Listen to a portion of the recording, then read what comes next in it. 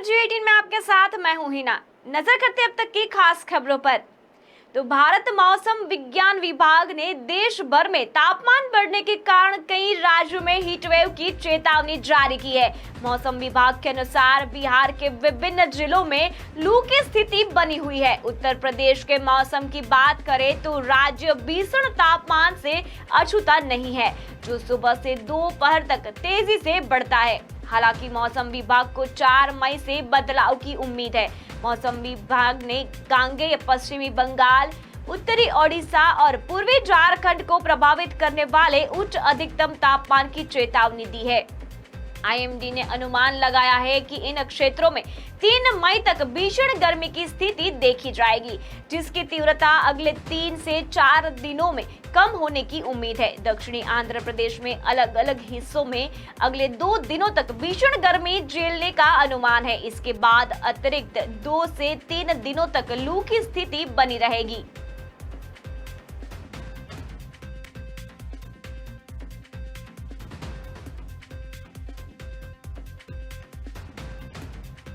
प्रधानमंत्री नरेंद्र मोदी 3 मई को पश्चिम बंगाल में 3 रैलियां करेंगे। ये रैलियां कृष्णानगर, वर्धमान पूर्व और बोलपुर में है। इससे पहले मोदी 26 अप्रैल को मालदा आए थे। यहाँ उन्होंने कहा था कि कांग्रेस का इरादा सभी का पैसा, सोना चांदी, जमीन कब्जा करने का है। उसका एक हिस्सा ये लोग अपने वोट बैंक को दे देंगे। ये कांग्रेस की घोषणा है, लेकिन टीएमसी वाले उसके खिलाफ नहीं बोलते।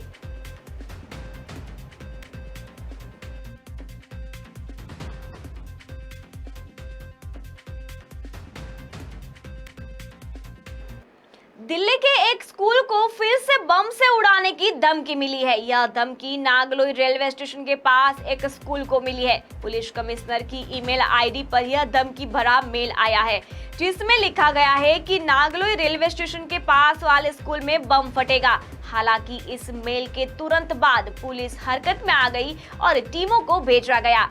जब स्कूल की जांच कराई गई तो जांच में कुछ भी नहीं पाया गया। बता दें कि इससे पहले दिल्ली के करीब 100 स्कूलों को बम से उड़ाने की धमकी मिली थी।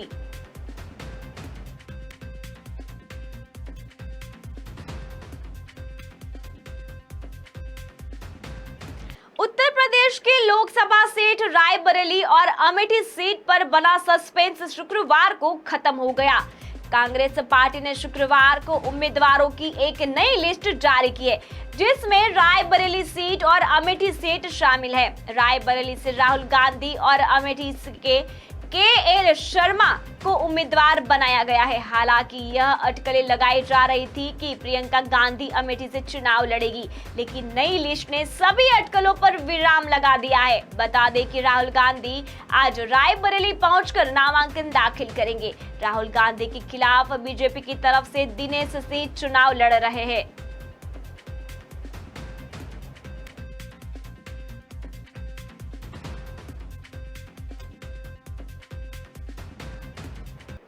दिल्ली हाई कोर्ट में आप नेता और पूर्व उप मुख्यमंत्री मनीष सिसोदिया की जमानत याचिका पर आज सुनवाई होगी। उन्होंने 30 अप्रैल को मामले की तत्काल सुनवाई को लेकर एक्टिंग चीफ जस्टिस मनमोहन और जस्टिस मनमीत प्रीतम सिंह अरोड़ा की बेंच के सामने याचिका लगाई थी।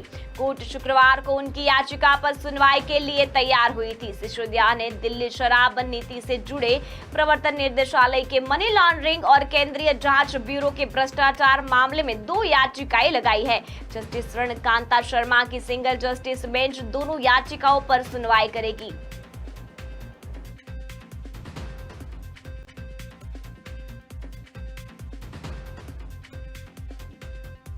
राजस्थान के उदयपुर में आज जिला कलेक्टर अरविंद पोशवाल की अध्यक्षता में स्वास्थ्य विभाग की एक रिव्यू बैठक का आयोजन हुआ। इस बैठक में उदयपुर जिले में वर्तमान में चल रही स्वास्थ्य व्यवस्था को लेकर चर्चा की गई। गुरुवार को आयोजित इस रिव्यू बैठक में खास करके सिकल सेल एनीमिया बीमारी को लेकर चर्चा की गई। उदयपुर के सीएमएचओ डॉक्टर शंकर बामनिया ने बताया कि सिकल सेल एनीमिया को लेकर उदयपुर जिले में करीब 12 लाख लोग स्क्रीनिंग की जाने का लक्ष्य है। अभी तक इसको लेकर 9 लाख किट उदयपुर जिले को मिल चुकी है।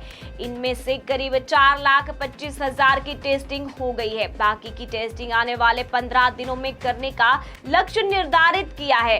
इसके लिए जिले में संचालित पीएचसी और सीएचसी सेंटर को भी निर्देशित किया जा चुका है।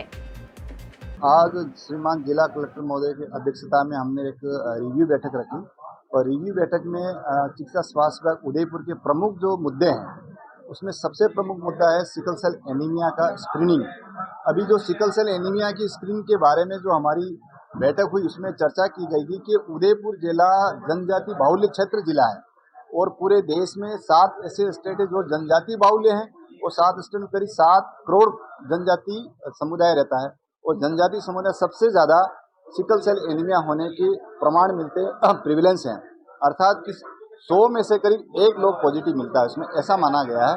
और इस संदर्भ में केंद्र सरकार और राजस्थान सरकार बहुत ज़्यादा गंभीरतापूर्वक सोच रही है और ये चाह रही है कि जनजाति समुदाय के सभी लोगों को 0 से 40 वर्ष उम्र के सभी लोगों का उसका टेस्टिंग हो जाए और टेस्टिंग में पॉजिटिव होने वाले उनको रेफरल करें, उनका इलाज करें और जो कैरियर जो मिलते हैं उनको आप ध्यान दें।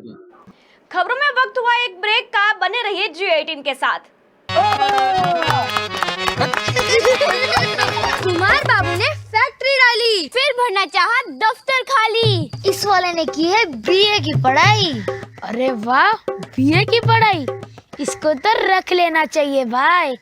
पर सर, ये पहलवान खड़क सिंह का पोता, इसको ना रखना है मौत का न्योता। पर सर, फाइल के साथ मिठाई आई है, इसको तो रख ही लेना चाहिए। ये क्या है? फैक्ट्री बंद करने का नोटिस। क्या? पहले वाले ने बीए की पढ़ाई को 5 साल पहले है पीठ दिखाई, दूसरा वाला पहलवान का पोता है और बात बात पर सब कुछ होता है। तीसरे वाले की मिठाई की दुकान है पर फैक्ट्री की तकनीक से बिल्कुल अनजान है। अब ऐसे में तो फैक्ट्री बंद होगी ही ना। तो अब क्या करें? फाइल में दी सभी कैंडिडेट की जानकारी पढ़े और जांच परख कर सही कैंडिडेट का चयन करें।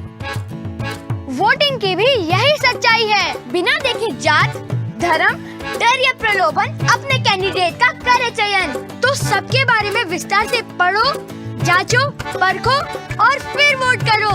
जागरूकता और नैतिकता से वोटिंग करने से कोई भी चूके ना।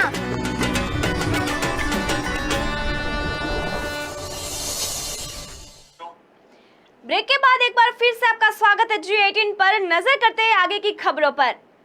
तो हफ्ते के आखिरी कारोबारी दिन आज यानी 3 मई को शेयर बाजार में बढ़त देखने को मिल रही है। सेंसेक्स 406 अंक की तेजी के साथ 75,017 के स्तर पर ओपन हुआ। वहीं निफ्टी में 110 अंक की तेजी है, ये 22,765 के स्तर पर कारोबार कर रहा है। सेंसेक्स से 30 शेयरों में से 25 में बढ़त और 5 में गिरावट देखने को मिल रही है। इससे पहले कल यानी 2 मई को शेयर बाजार में बढ़त देखने को मिली थी। सेंसेक्स 128 अंक की बढ़त के साथ 74,611 के स्तर पर बंद हुआ था। वहीं निफ्टी में भी 43 अंक की तेजी रही, ये 22,648 के स्तर पर बंद हुआ था।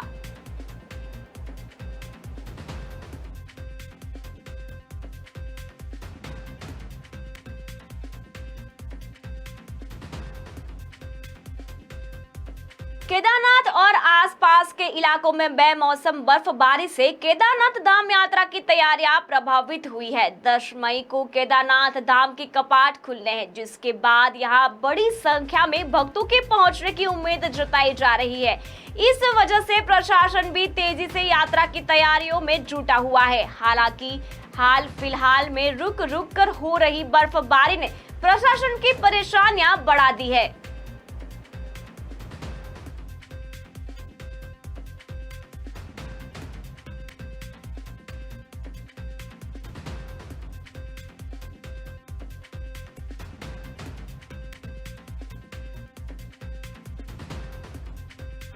राजस्थान ट्रैफिक पुलिस उदयपुर द्वारा वोल सिटी में ट्रैफिक रेगुलेशन के लिए चलाया जा रहा अभियान के तहत आज ट्रैफिक पुलिस द्वारा घंटाघर थाने से बड़ा बाजार के बीच में ट्रैफिक रेगुलेशन के लिए स्थानीय सराफा एसोसिएशन के अध्यक्ष यशवंत आंचल्या एवं अन्य व्यापारियों के साथ मार्ग का अवलोकन किया। मुखर्जी चौक पर एक ट्रैफिक का पॉइंट लगाया जाएगा जो सुबह 10 बजे से लेकर शाम को 7 बजे तक काम करेगा। इससे बड़ा बाजार की ट्रैफिक समस्या का समाधान हो जाएगा।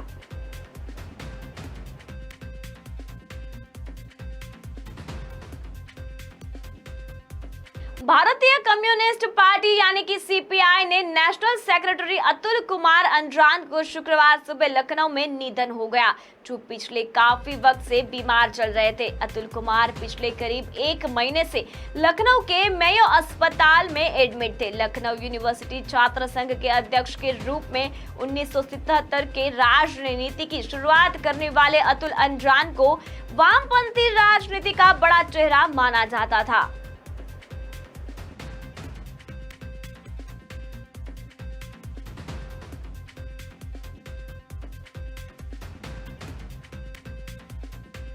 पंजाब में सियासत से किनारा कर चुके नवजोत सिंह सिद्धू एक बार फिर कांग्रेस के प्रचार में उतरने वाले हैं। पंजाब विधानसभा में विपक्ष के नेता और कांग्रेस विधायक प्रताप सिंह बावजा ने कहा कि आने वाले 3 दिनों में नवजोत सिंह सिद्धू फिर से अमृतसर में नजर आएंगे और उम्मीदवार गुरजीत औजला के समर्थन में प्रचार भी करेंगे।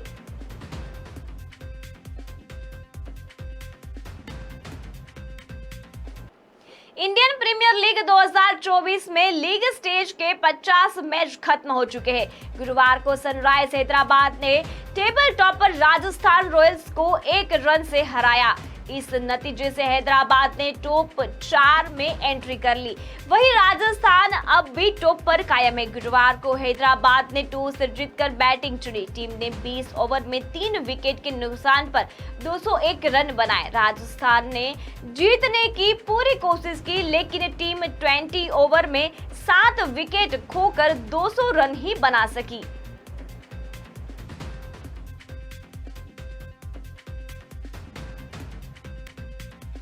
तो फिलहाल खबरों में बस इतना ही। आगे देश और दुनिया की ताजा खबरें देखने के लिए जुड़े रहिए G18 के साथ। नमस्कार।